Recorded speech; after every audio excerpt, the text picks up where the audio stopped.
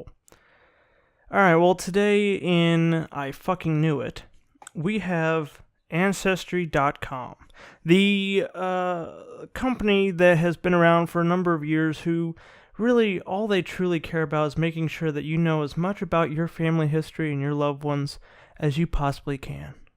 Because they care. Yeah, it's mostly bullshit, but anyway. Not that they specifically said that, but you know what I'm talking about. The way they say things. Anyway, as I'm sure a lot of you have heard, a year or two ago they launched AncestryDNA, which is this program or a product where you pay them a fee, and you send them some saliva.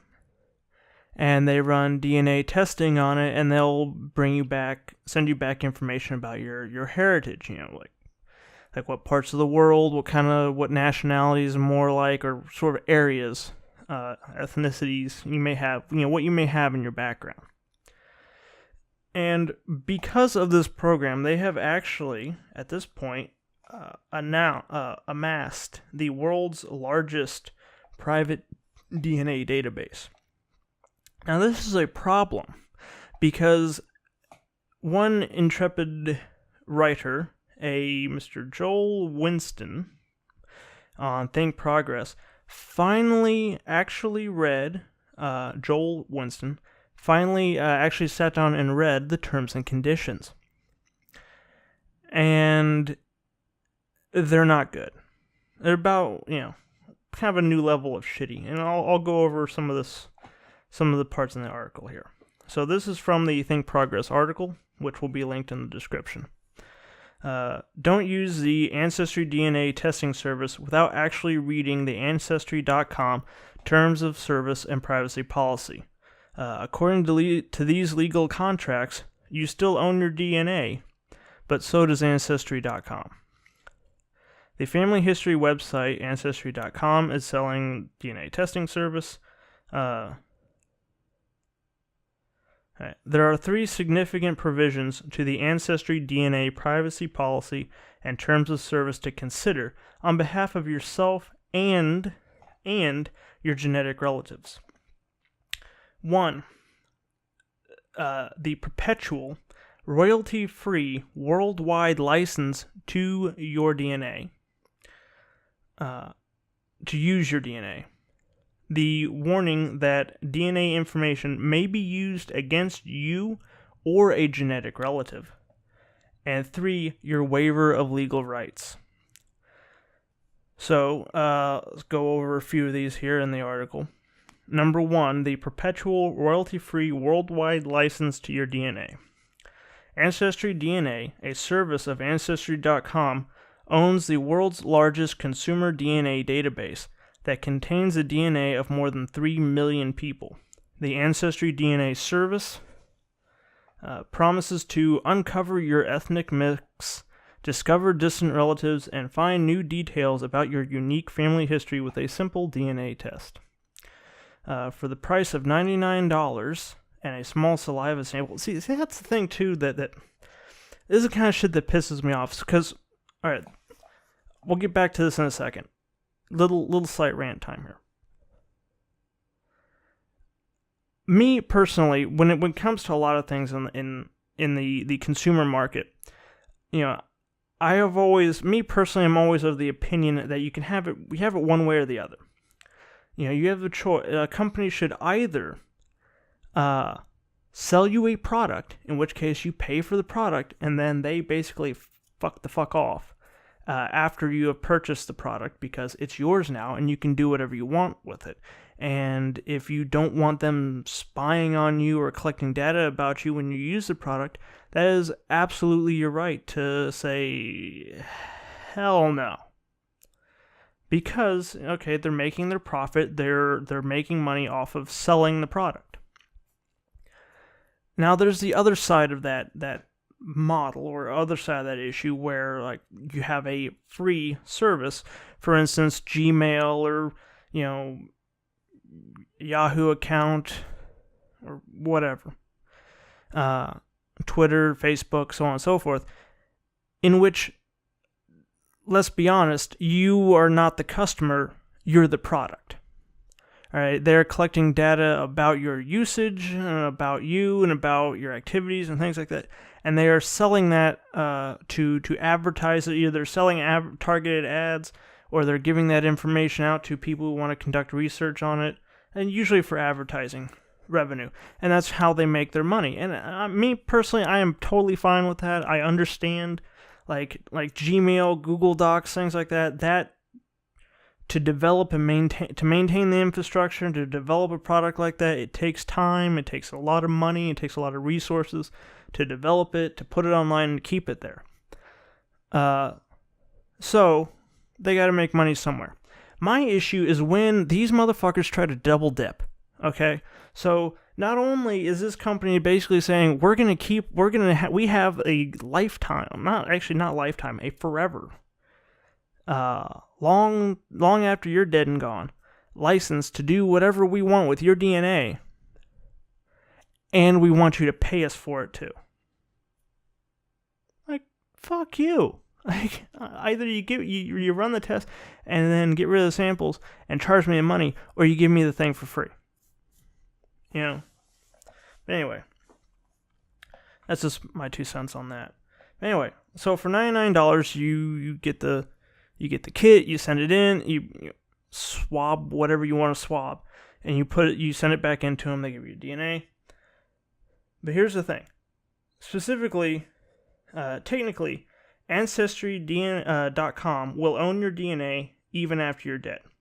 Specifically, by submitting DNA to AncestryDNA, you agree to grant AncestryDNA and the Ancestry Group companies a perpetual, royalty-free, worldwide transferable license to use your DNA and any DNA you submit for any person from whom you obtain legal authorization as described in this agreement. Blah, blah, blah. Anyway, you grant them transferable to use your DNA.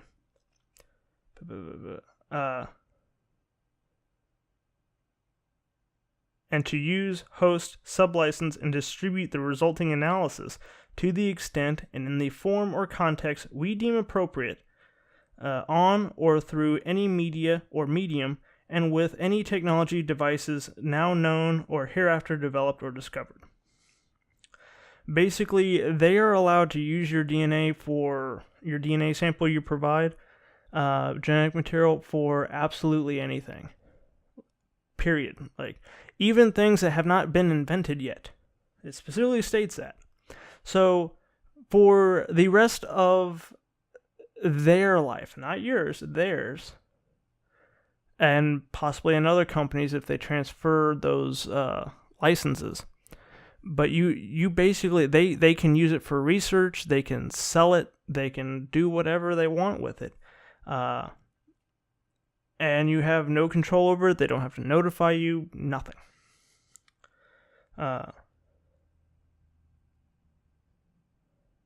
Second, now, moving on, the other area, DNA information may be used against you or a genetic relative. And see, that's the thing too, that what really kind of takes a cake with this particular situation is that you don't necessarily have to submit your DNA or in any way agree to these terms and conditions for this to apply to you. You know, if you have a relative that submits it, say you have a parent, a father or something that does this process or uses this service, there is now a DNA sample of a very close relative in their database, which means, like, for example, if you're suspected of a crime or something, for example, law enforcement could go, if they're aware of it, which you never know, they might just call up Ancestry and be like, hey, do you have so-and-so or relatives of so-and-so or something, or look up like names of like your parents and your brothers and sisters and call up and like, hey, do you have samples for these people? And if they have it, they can get the sample, they can test it, and will be able to determine say the DNA belongs to you because a relative, because of the similarities with a relative's DNA. And this also has other potential problems with outside of law enforcement. For instance, there are, while there are currently restrictions on what, say, insurance companies and employers can do with your DNA, or can, I believe for most cases, they're not supposed to be able, an employer or an insurance, like a health insurance company, is not allowed to take a DNA sample from you and run it and say, okay, well, this person is genetically predisposed for a certain disease or a cancer or something, so we're not going to cover them. But there are loopholes in that law, and not to mention, the way things are going with the Affordable Health Care Act and healthcare reform and Trump care, and the Republicans just like freaking filleting their donors left, right, and center, and just trying to go down the whole wish list while they got the chance. Who knows what could be changed, what could happen here? Because do you think really, like, of all the things that are attracting major media attention, that tweaking the law where it comes to how your DNA is treated, you think that's going to make headline news? It's probably not even going to be mentioned. It's going to be buried in a law somewhere. Hell, it might already be buried in somewhere in that abomination, that friggin' abortion of a legislation called Trump Care, the American Health Care Act, that will allow them to do that. Because if that law gets changed, or something happens and an insurance company is allowed to discriminate based on your genetic information, then again, it doesn't matter if you personally use this service. It could be a relative, and if that relative, they have that have some kind of a genetic predisposition for a disease or for a condition, that can still affect you. And it goes into more detail on that in this article. And of course, again, it will be posted in the description. The link will be in the description below. And on top of that, no matter what happens, there's also the third element to this thing of you waiving your legal rights to drag their sorry, greedy asses into court because of something bad or unfortunate that happens because of how your DNA is used, or your genetic relative. So it's not just you, it's you and anyone related to you that this could have an effect on. And this is one of those things like this is why I have had, like, why I've been weary of issues like this. For one, the whole law enforcement thing. To me, okay, I will say this here and now. At the moment, I am in no way under any kind of investigation or considered a criminal, at least not to my knowledge. But if I were, if something like that were going on, and law enforcement, or if it were to happen to any of you, if law enforcement wanted, say, a DNA sample, and they didn't have the legal grounds or enough to get a warrant, tough shit, come back, that's basically their only option. Build a case, get a warrant, produce enough evidence to justify a warrant, which is the way the system is supposed to work. It's not the art, because you hear about this a lot, it's talked about on occasion, at least, about, like, oh, well, we need this or we need that to help, law enforcement to more easily find the bad guys and everything. Well, that's the thing, like, the legal system is not supposed to be easy on law enforcement. It's supposed to be hard on law enforcement. It's supposed to be difficult on the court system to put, it's supposed to put a lot of burden on them to prove that you did something. because that is to prevent them from harassing you, from harassing a person, from causing you undue hardship or stress or inconvenience when they have nothing to prove or to prove you did something. They have to prove that you did something wrong before they can just get all up in your business. Or at least that's the way it's supposed to be. It's not supposed to be a thing of like, we get into that trap a lot recently, where it's just like the whole, oh, well, if you didn't do anything wrong, what do you have to hide? Well, nothing. But that's none of their business. It's simple privacy. It's your rights. And in situations like this, so I kind of got off on a tangent there, but anyway, in situations like this, so what would happen is that, okay, you're being investigated for whatever reason. So, they have DNA from a crime scene. They want to get a sample of yours to compare it, and they don't have enough to get a warrant. Now, as the system is supposed to work, they now have to go back to the fucking drawing board and, pound the pavement, do some canvassing, investigating, whatever, and put in the work and get enough evidence to convince the judge to give them a warrant for your DNA. Or they need to just move on.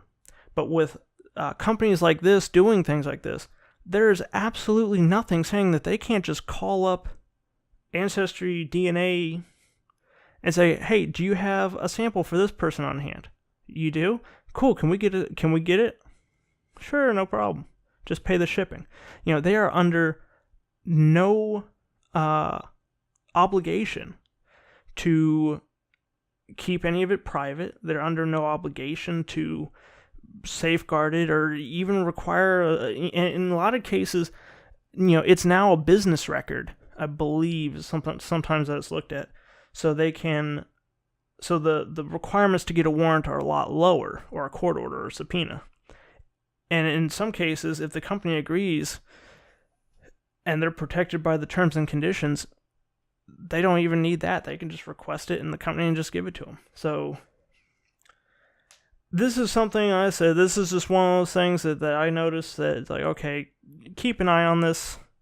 And if you or anyone you know is planning on using this service, read the terms and conditions. I cannot stress this enough in this circumstance. And make sure you know what you're getting into. So, that's all for this video. Like, comment, subscribe, whatever you want. Particularly comment. I would love to hear your opinions on this matter, as far as the privacy matter and giving out your DNA in the court systems and basically how this whole situation kind of strikes you and what your opinion of it is. So that's all I have, and I'll see you next time.